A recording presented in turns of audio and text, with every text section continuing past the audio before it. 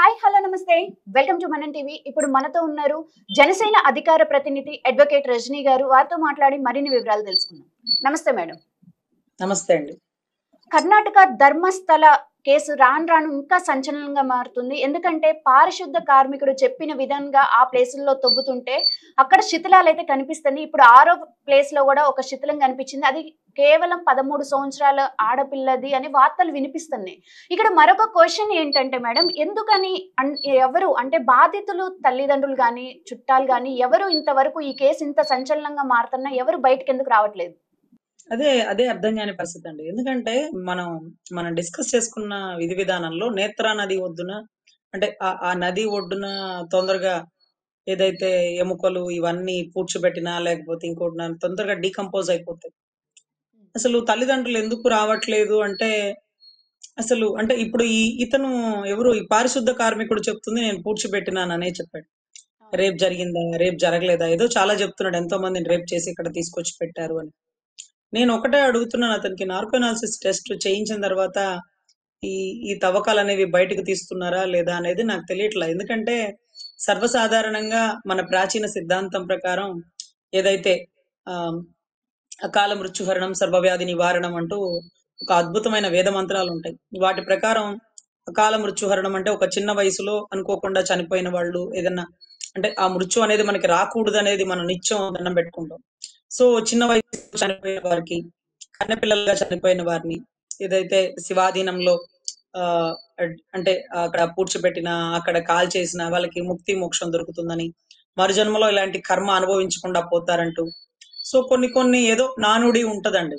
So అట్లా దరిదాపుల్లో ఉండేటటువంటి పరిసర ప్రాంతాల్లో పసిపిల్లలు సైకిల్ యాక్సిడెంట్‌లో లేకపోతే ఆ నీళ్ళలో బావిలో పడి చనిపోవడమో, లేకపోతే ఇంకోటి ఇలా జరిగిన వాళ్ళని కూడా తీసుకొచ్చి అలా పూడ్చిపెడతారు అనే ఒక సిద్ధాంతం అయితే ఉండేదండి. ఎందుకంటే మన కాశీలో హరిశ్చంద్ర గారి దగ్గర ఎలా తగలపెడతారో, సో మిగతా చోట్ల కూడా అలాంటి అవకాశాలు ఉండొచ్చు. ఎందుకంటే ఒకవేళ నిజంగా రేప్ చేసి చంపేసిన వాడు తీసుకొచ్చి అక్కడే పూడ్చిపెట్టే అవకాశాలేమి ఉండవు. ఒకవేళ నిజంగా ధర్మస్థలి పరిసర ప్రాంతాల్లో ట్రస్టీ వాళ్ళే ఇలాగ ఆడబిడ్డల్ని 13 ఏళ్ల బిడ్డల్ని, కన్నె బిడ్డల్ని రేప్ చేస్తే, వాళ్ళు అక్కడే ఎందుకు పడేస్తారు? ఎక్కడో తీసుకొచ్చి ఏ కొండలలోంచి కారులో పెట్టి కార్ యాక్సిడెంట్‌లని అట్లా సృష్టిస్తారండి. ఎందుకంటే తప్పు చేసేవాడికి ఆ తప్పులోంచి ఎలా తప్పించుకోవాలో ముందే తెలుసుకొని తప్పు చేస్తాడు. అల్లటప్ప వాళ్ళు చేయరు. దాంట్లో చాలా ఎక్స్‌పర్ట్స్ ఉంటారు. సో ఈ పరిసర ప్రాంతాల్లో ఉండే డెడ్ బాడీలు ఇవన్నీ తవ్వకాలు ఇవన్నీ ఒక ధర్మస్థలి ఒక ఆ గుడికి సంబంధించిన స్థల పురాణం మీద దెబ్బతీస్తాయండి. ఎందుకంటే సాక్షాత్ శ్రీ మంజునాథ్ అనేటువంటి స్వయంభూ, అదే రకంగా మొండెం ఆకారంలో ఉండేటటువంటి మంజునాథుని అది ఆలయ స్థల పురాణం, అదే రకంగా అమ్మవారి అవతారం, లేకపోతే వారిద్దరూ సాక్షాత్‌గా అక్కడ నివసించినటువంటి దృశ్యాలు, అక్కడ గంధపు చెక్కలతో సంబంధించి చుట్టూ పరిసర ప్రాంతాల్లో గుడి స్థల పురాణం ఉంటుందండి. 2 కిలోమీటర్ల లెక్క వరకు ఆ గుడికి సంబంధించిన చెక్కలు ఏదైతే వాడినారో వాటికి సంబంధించిన మంచి ఒక అద్భుతమైన సువాసన ఉంటుంది. అక్కడ ప్రసాదం కూడా చాలా స్పెషల్ అండి. ఫ్రీక్వెంట్ గా అందరూ కర్ణాటకకు సంబంధించిన భక్తులందరూ అక్కడ ఉంటారు. అది ఊరికి చాలా దూరంగా వెలుపలగా ఉంటుంది. సో ఇక్కడ తవ్వే కొద్దీ వస్తున్న శవాల్ని ఎవరో రేప్ చేసి ఇక్కడే ఇలా చేసేసినారు అంటే అది కొంత నమ్మదగినటువంటి పరిస్థితి అయితే లేదండి. కానీ ఎనీవే నిజంగా అలా చేసి ఉంటే దానికి కారణమైన వాళ్ళు ఏ రాజకీయ పార్టీలో ఉన్నా, ఏ అండదండ ఉన్నా, ఒకవేళ ప్రభుత్వంలో వెసులుబాటు ఉండి బెయిల్ వస్తుందేమో గానీ శ్రీ మంజునాథుడు ఎప్పుడు క్షమించడు. చాలా కఠినంగా ఉండే వ్యక్తి శివుడు.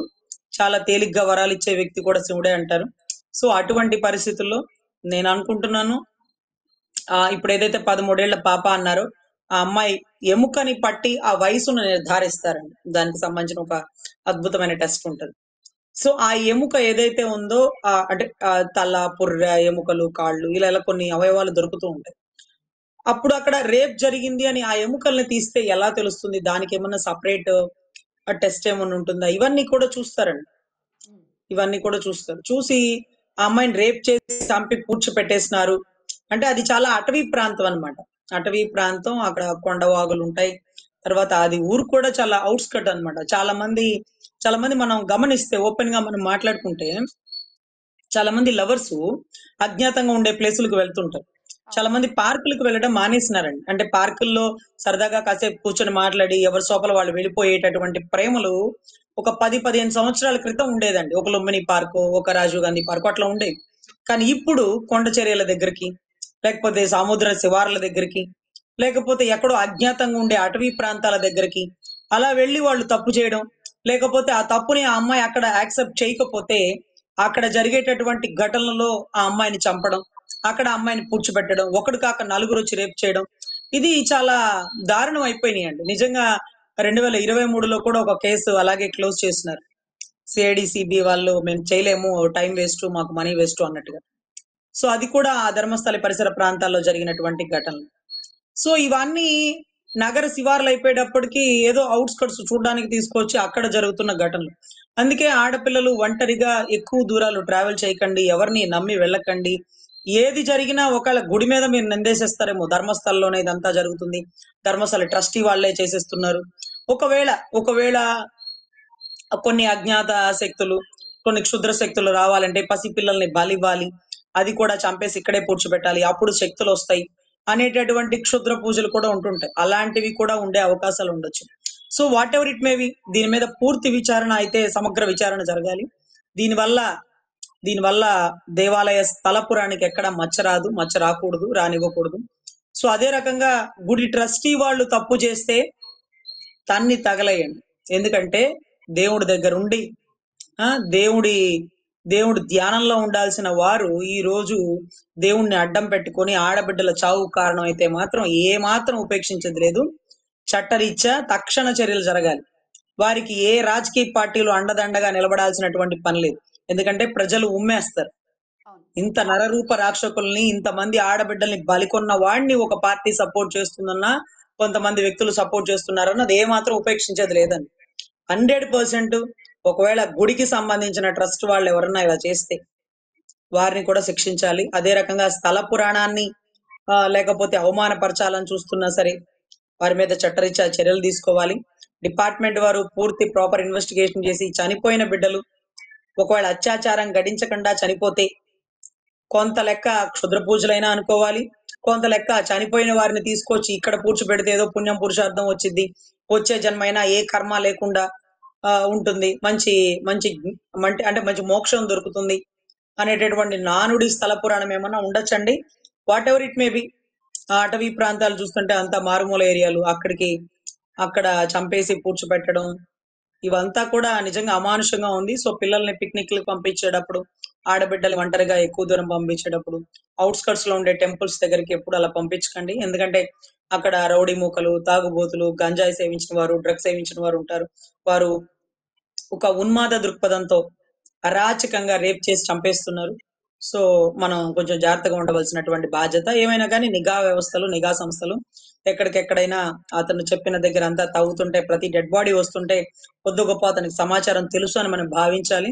కానీ ఆ తెలిసిన సమాచారం చనిపోయిన వారిని పూడ్చిపెడుతున్నారా, చంపే పూడ్చిపెడుతున్నారా, అత్యాచారాలు చేసి పూడ్చిపెడుతున్నారా, క్షుద్ర పూజలకి పూడ్చిపెడుతున్నారా అనేది ఇతని ఒక్కడి వల్లే సాధ్యం కాదు.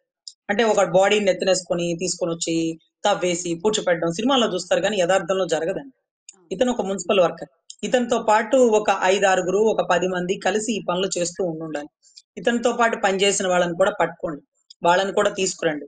ఇతను నిజం చెప్తున్నాడా? అబద్ధం చెప్తున్నాడా? ఏ కారణంగా అక్కడ మానేసి వెళ్ళిపోయాడు? ఏ ఉద్దేశంతో ఈ రోజు డిగ్రేడ్ చేస్తున్నాడా? లేకపోతే యథార్థం చెప్తున్నాడా? నిజంగా మాతో అలా చేపిచ్చారని చెప్తారా? ఇవన్నీ మాట్లాడే ప్రతి ఒక్కరిని నార్కో అనాలిసిస్ టెస్ట్ చేయాలండి. వారంతట వారికి అంటే చట్టం ఒకటి ఉంది కాబట్టి మనం బలవంతంగా చేయడానికి లేదు కాబట్టి వారు చెప్తుంది నిజమే అయితే ఒప్పుకోవాలి. Yes. ఒప్పుకొని నార్కో అనాలిసిస్ ఒప్పుకుంటే అప్పుడు నిజం యథార్థం అని నమ్ముతాం. అదే రకంగా ఆ టైంలో అతనితో పనిచేసిన వారిని కూడా తీసుకురావాలి. వారి దగ్గర నుంచి చాలా సమాచారం వస్తుంది. ఆ టైంలో ఉండే ట్రస్టీ వాళ్ళు ఎవరైతారంటే 1998 నుంచి 2014లో మధ్యలో ఉన్న ప్రతి ఒక్కరు అధికారులు గాని, అక్కడ పనిచేసిన వారు కానీ, అక్కడ పనిచేసిన ఈవోలు గాని, గుడి ట్రస్ట్ వాళ్ళు కానీ, what ever it may be ప్రతి ఒక్కరు వెలుగులోకి రావాలి. దీని మీద సమగ్ర విచారణ జరగాల్సిందే. రైట్. Thank you madam. నమస్తే.